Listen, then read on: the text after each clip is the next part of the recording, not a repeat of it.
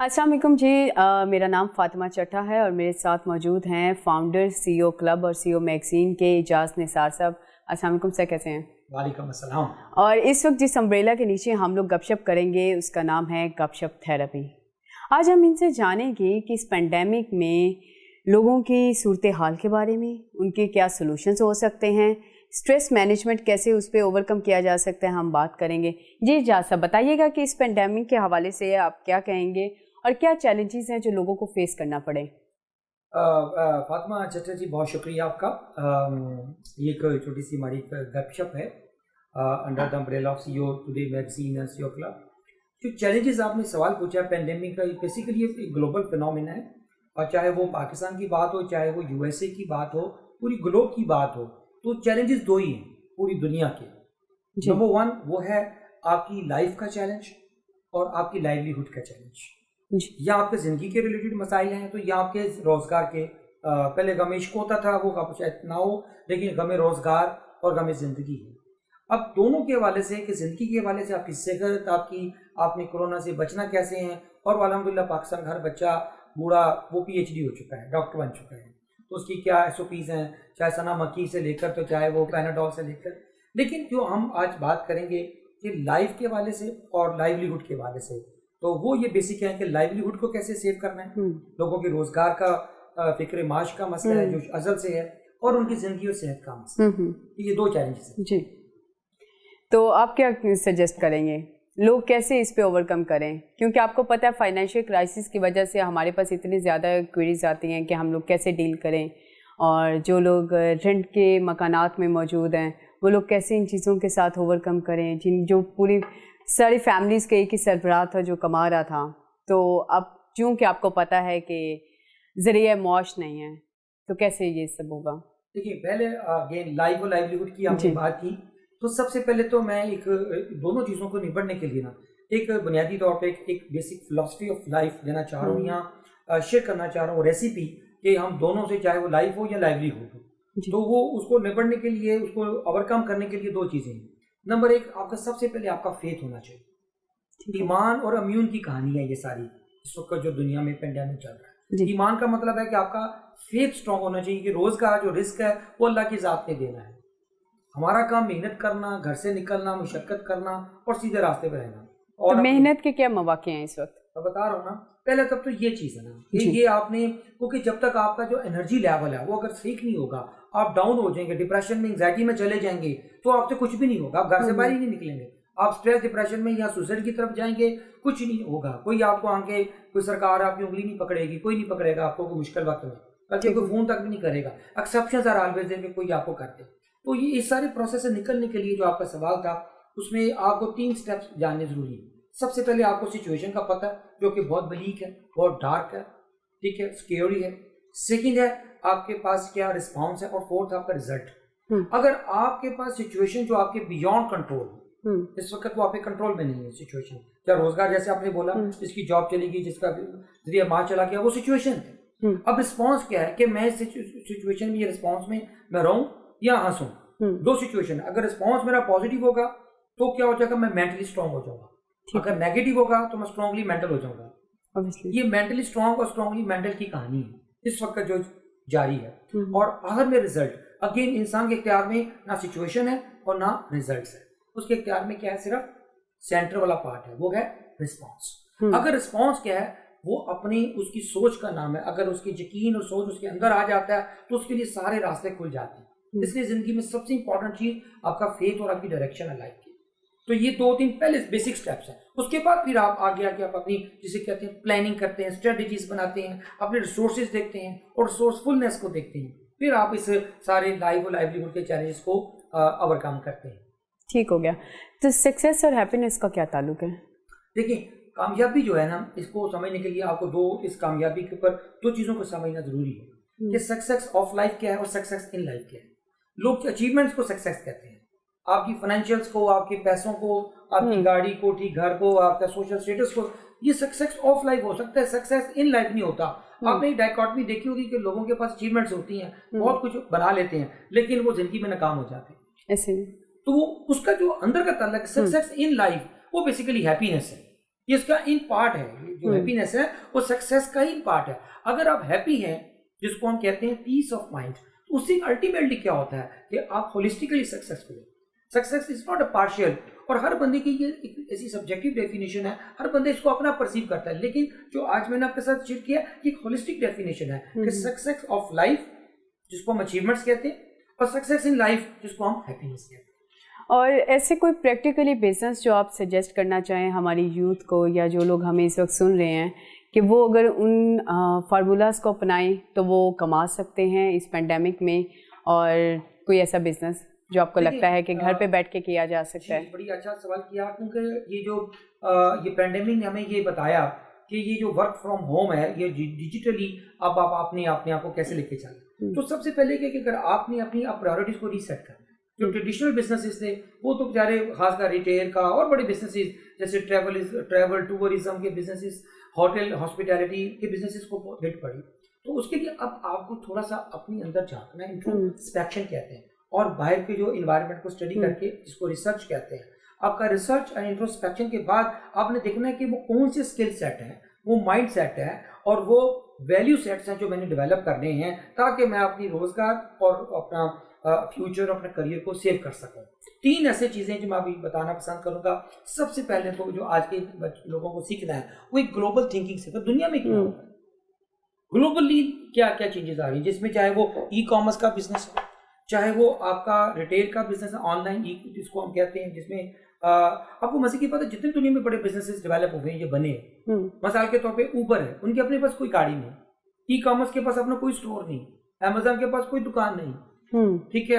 आपने एक घर में बैठी था, वो बाहर जाना पड़ता था, आपको पता है ऑटो लेना पड़ता था, हम घंटा रक्शे का या वैगन का या गाड़ी का, टैक्सी का इंतजार करते थे।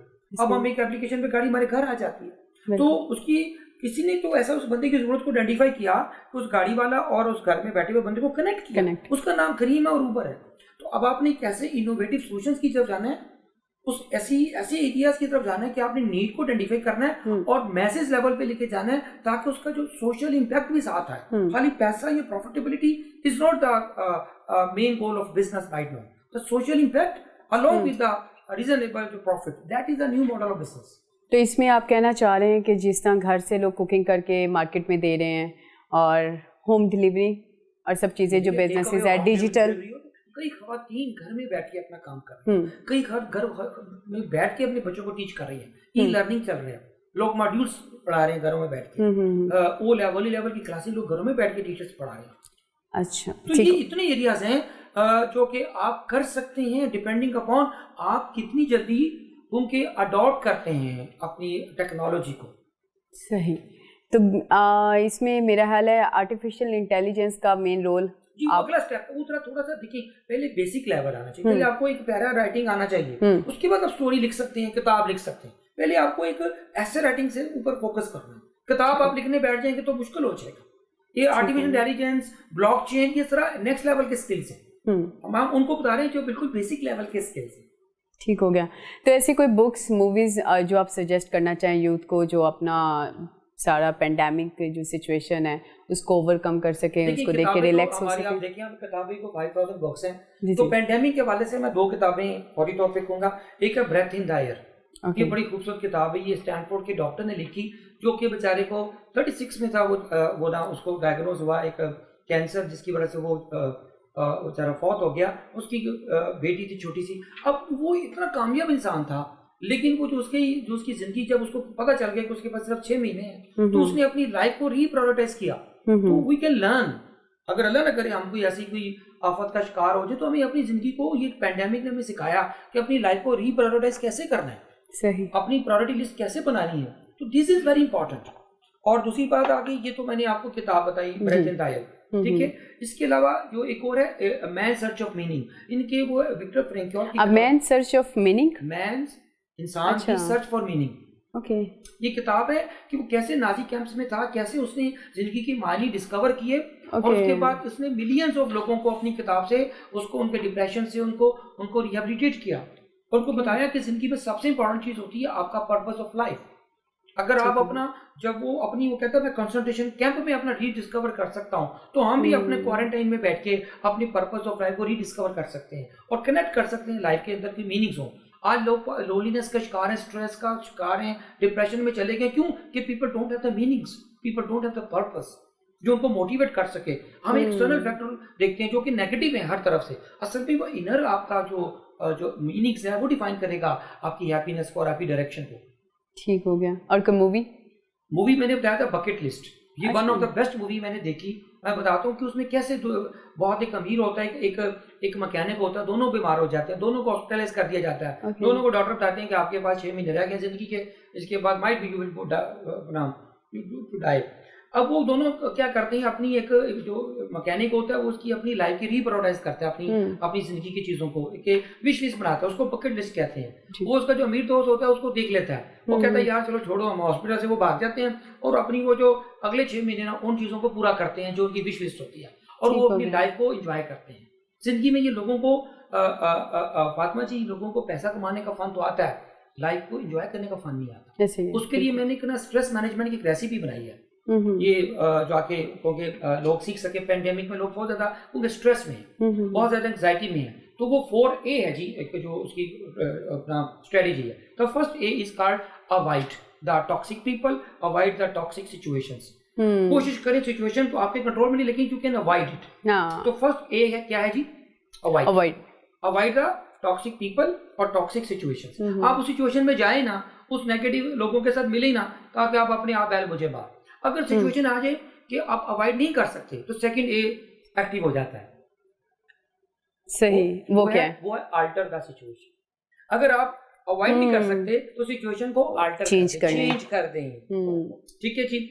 और अगर आपके पास चेंज करने की भी एबिलिटी नहीं है कि आप ना अवॉइड कर सकते हैं फर्स्ट A में, सेकंड A अल्टर भी नहीं कर सकते, वो भी आपके बियॉन्ड कंट्रोल है, तो फिर आप क्या कर सकते हैं? थर्ड पे आ जाए, अडेप्ट टू द सिचुएशन। तो सिचुएशन के साथ अडेप्ट, डिनाइल से निकल आए, क्योंकि डिनाइल आपको मारता रहेगा। हम आंखें बंद करके जिंदगी नहीं गुजार सकते जी, ज्यादा स्ट्रेस में जाएंगे, ज्यादा लोनलीनेस में जाएंगे। तो थर्ड बोला क्या मैंने जी? A adapt to the situation, be realistic. और लास्ट में जब आप अडेप्ट करते हैं तो फिर फोर्थ A एक्टिव हो जाता है, वो है एक्सेप्ट द सिचुएशन। अगर आप एक्सेप्ट नहीं करेंगे तो यकीन जाने कोरोना या लाइवलीहुड आपको जरूर पेंडी लगाएगा। तो आप इसको एक्सेप्ट करना सीखें, रियलिटी के साथ सीखें, डिनाइल में न रहें, आंखों में आंखें डाल के देखें। तो फियर जो होगा वो आपका जो इस वक्त रियल जो रियलिटी है वो पैनिक है। जो लोगों में 80% जो हॉस्पिटल्स में केस जा रहे हैं वो पैनिक के हैं। बिल्कुल, उसको ओवरकम करने के लिए ये 4A स्ट्रेटेजी है। तो ऐसे कोई पॉजिटिव चेंजेस जो आपकी लाइफ में आपको खुद को फील हुए हैं पेंडेमिक में? क्योंकि हम लोग चलते जा रहे थे एक फ्लो में, और हमें नहीं था अंदाज़ा, और अल्लाह ताला ने एकदम ज़िंदगी जो है वो सबको पॉज कर दिया, एकदम रोक दिया। हम जिस भी फ्लो में थे, उठते थे, बिजनेस शुरू हो जाते थे, काम शुरू हो जाते थे, प्रोग्रामिंग स्टार्ट, जो भी हमारा ज़िंदगी का एक फ्लो था वो सब स्टॉप हो गया। हमारी ज़िंदगी में एक मिशन था, कपड़े जूते लेना, हर वक्त शॉपिंग करना, आज वो सब कुछ स्टॉप है। तो आपकी लाइफ में ऐसे क्या पॉजिटिव चेंजेस आए हैं जो आपको लगा कि यार मैंने इस पे टाइम क्यों वेस्ट किया, मैं ऐसे भी कर सकता था? मेरे अंदर यकीन जाने नंबर 1 सबसे पहले यकीन जाने आपको शायद इल्म होगा कि most of the time I used to travel. कभी मैं कराची, कभी लंदन, कभी स्विट्जरलैंड, कभी फलां, कभी कंट्रीब्यूट कर रहा हूँ, कभी इवेंट्स कर रहा हूँ, कभी। तो उससे क्या हुआ कि कम से कम वो मेरा सारा स्क्वीज हो गया ट्रैवल में। जैसे जब वो लॉकडाउन हुआ सब जगहों पे, तो मैंने वो ज्यादातर टाइम जो था ना वो अपनी फैमिली के साथ गुजारा, जो कि मेरा बहुत बड़ी विश थी। एक बहुत बड़ा वो मी टाइम नहीं मिलता था। First family time, second me time. तो अपनी किताबें पढ़नी शुरू कर दी मैंने। कम से कम 100 से ज्यादा किताबें पेंडेमिक में रीड की, उनकी समरीज पढ़ी, कुछ पूरी किताबें पढ़ी। फिर मैंने 100 से ज्यादा मूवीज देखी जो कि मोटिवेशनल, लीडरशिप के वाले से, मैनेजमेंट के वाले से। तो ये मुझे टाइम मिला। फोर्थ जो मैंने किया वो एक्सरसाइज था। वो एक्सरसाइज मैंने कितनी अर्से से मेरी अपनी एक पर्सनल एक प्रायोरिटी के मैं वॉक करूँ, एक्सरसाइज करूँ, वर्कआउट करूँ। तो मेरे ख्याल है कोई ऐसा दिन नहीं 4 पिछले महीनों में कोई दिन भी जो मैंने एक्सरसाइज ना की हो, जिसकी वजह से एक नया एनर्जी लेवल, एक नई अंदर से खुशी, एक आपको एहसास हो कि pandemic is a blessing inside basically. हाँ, इसमें कोई शक नहीं है। और फिर कई चेहरे पहचाने जाते हैं, कई दोस्त पहचाने जाते हैं कि कौन अपना है कौन गैर है। बिल्कुल ऐसे ही क्राइसिस में पता चलता है। ये आपने कभी गौर किया कि ये अभी हम एक चाय पी रहे हैं तो ये एक टी बैग है। अपनी जिंदगी में देखा होगा कि टी बैग जो होता है ना जी, हम समझते हैं कि जो पानी के अंदर डालने से चाय बन जाती है या इसका रंग निकल आता है। मैं तो नहीं, जब तक ये पानी गर्म नहीं होगा रंग नहीं निकलेगा। तो क्राइसिस में इंसान का पता चलता है कि कौन अपना और कौन बेगाना है, कौन बेगाना है। और क्राइसिस में इंसान बनते हैं। आपने देखा कोयला में और डायमंड में क्या फर्क होता है फातिमा? वो पॉलिश होता है, नहीं डायमंड नहीं। इसकी वजह ये होती है कि दोनों में फर्क कोई नहीं होता। दोनों C6 हैं। अगर आप साइंस की उनके में तो कार्बन की फॉर्म है, फॉर्मूला सेम है। इकबाल ने अपनी पोई में बाले जबरील में कहा कि अलमास जिसे मुहैरा कहते हैं और कोयले की आपस में मुकालमा है। इकबाल की पोई में उसके ऊपर जब जो कार्बन है, जो कोयला पूछता है हीरे से कि तुम दोनों हम सगे बहन भाई हैं, तुम दोनों में हमारे में कोई फर्क नहीं, क्योंकि दोनों के सगे हैं। C6 हमारा केमिकल स्ट्रक्चर एक है, लेकिन क्या वजह दुनिया तुम्हारी इज्जत करती है और मुझे ठोकरों में रखती है। तो फिर उसके बाद हीरे ने कहा देखो मैं हसीन लोगों के पास रहता हूँ, उनके गले का हार होता हूँ, मेरी लोग जंगें लड़ते हैं, मेरे लिए लोग कुर्बानियां करते हैं, लेकिन फर्क एक है, तुम सगे मेरे भाई हो, सगे मेरे माँ बाप की औलाद हो, लेकिन फर्क ये है कि मैंने पहाड़ों का करोड़ों साल तक वजन सहा, तुमने वजन नहीं सहा। उस वजन सहने से मेरे अंदर सख्ती पैदा होगी, दुनिया सख्ती की कदर करती है और तुम नरम रह गए, इसलिए तुम्हें ठोकरों में रखा जाता है। सही। ये जो प्रेशर और टाइम, ये कहानी है जिंदगी में, किसने कितना प्रेशर कितने वक्त तक सहा वो हीरा बन गया। सही है। और आपको पता है एक और पोइम में इकबाल ने कहा, एक छोटा सा जब परिंदा प्यास लगी होती है, जब आता है अपना बाग में आता है तो आके ना उसको प्यास लगी होती है, वो एक हीरो को ना अपना पानी के कतरे को पीने लगता है ना, चोंच मारते उसकी चोंच टूट जाती है। असल में पानी का जो ड्रॉप्स और हीरे का ड्रॉप में कोई फर्क नहीं होता, दूर से एक ही जैसे लगते हैं, चमक रहे होते हैं। ऐसे ही है। ठीक है। तो वो जब उसको ना इकबाल ने एक ऐसा सिंपल मेटाफर्स यूज किया कि अरे भाई देख, अपनी खुदी को पानी के कतरे की तरह बनाएगा नरम, तो कोई भी आके तुझे पी के चला जाएगा। अगर तू हीरा होगा तो तेरे से टोक चोंच मार के उड़ जाएंगे तो तुझे कुछ नहीं होगा, अगले की चोंच उड़ जाएगी। तो हीरा बन। खूबसूरत, क्या खूबसूरत बात की है। अच्छा एजाज साहब, मेरा आपसे आखिरी सवाल ये है कि आपने जिक्र किया था मेरा कारोबार, तो मेरा कारोबार क्या है, इसको ज़रा एक्सप्लेन कीजिएगा।